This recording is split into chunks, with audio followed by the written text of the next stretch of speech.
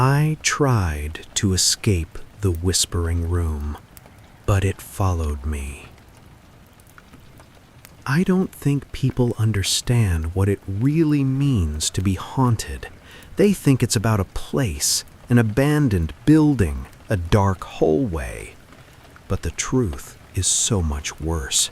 A place can be escaped. A memory cannot. And whatever lives inside the whispering room is no longer tied to that hotel, because it followed me home.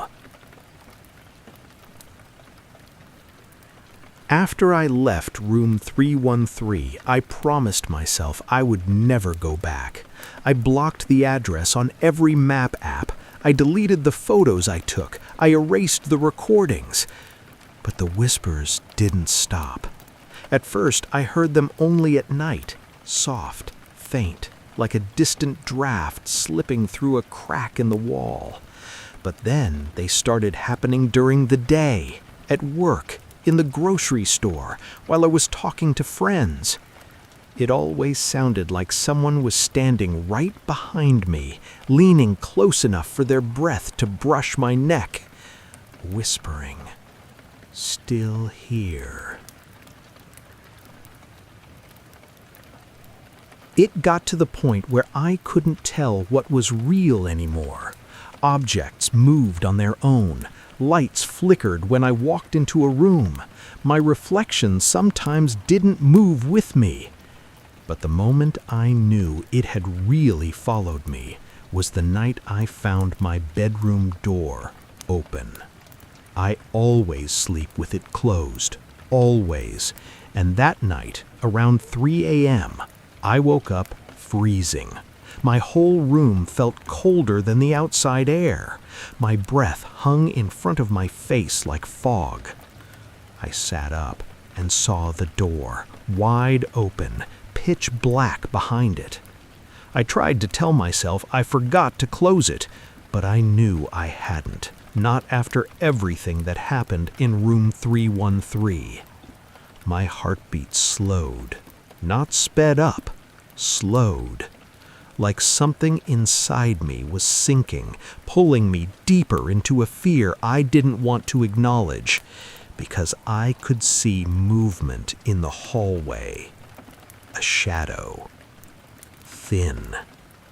Human. Standing completely still. Staring at me. I couldn't breathe. Couldn't move. Couldn't even look away. And then it whispered, "Come back." The voice wasn't coming from the hallway. It was coming from inside my room, right next to me. I scrambled out of bed, slammed the door, turned on every light in the house, and didn't sleep again until the sun came up. That morning, I packed a bag and drove 3 hours away to a cheap motel in a different city. I needed distance, space, anything. For a while, I thought it worked, but the whispering room had other plans. The motel room looked cheap but safe. A single bed, yellowed curtains, a flickering TV. The kind of place nobody would think to look for you. Around sunset, I stepped into the bathroom to wash my face and try to calm myself. The mirror was fogged over from the shower I took earlier, so I wiped it with my hand and froze. My reflection wasn't facing me. It was turned slightly to the side, head tilted, as if listening to something behind the glass.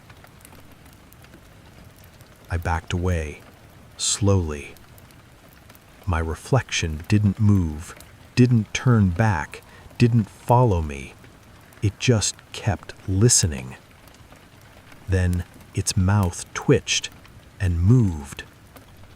But no sound came out, not from the mirror. The whisper came from behind me. "Found you."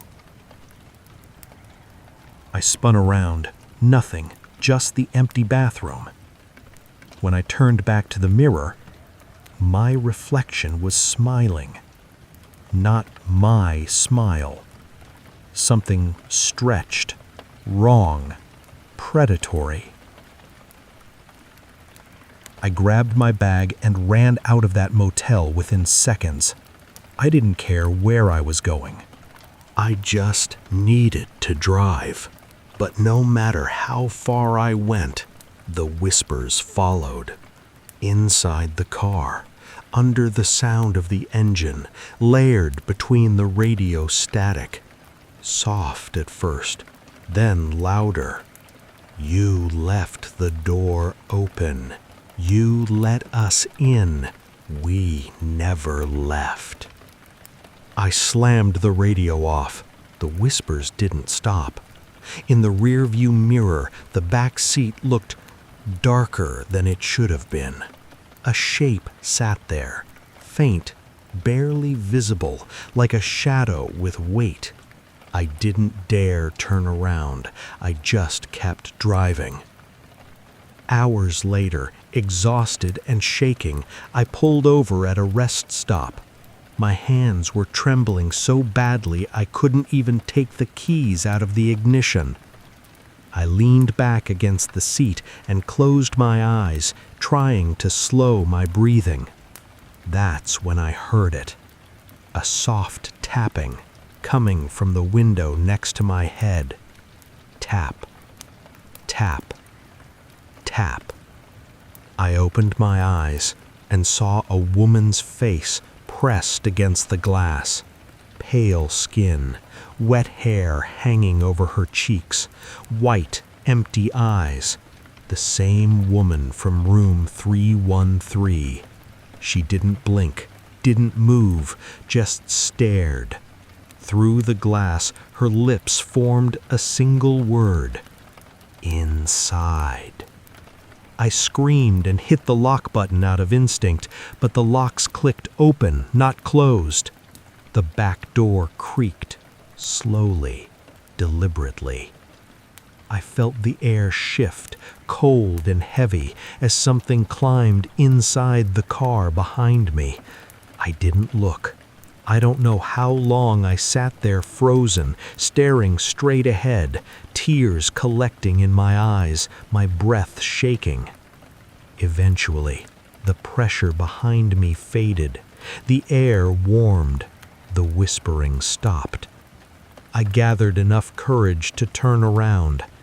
The back seat was empty, but my phone was sitting in the center of the seat. I hadn't put it there. The screen was on, a new recording.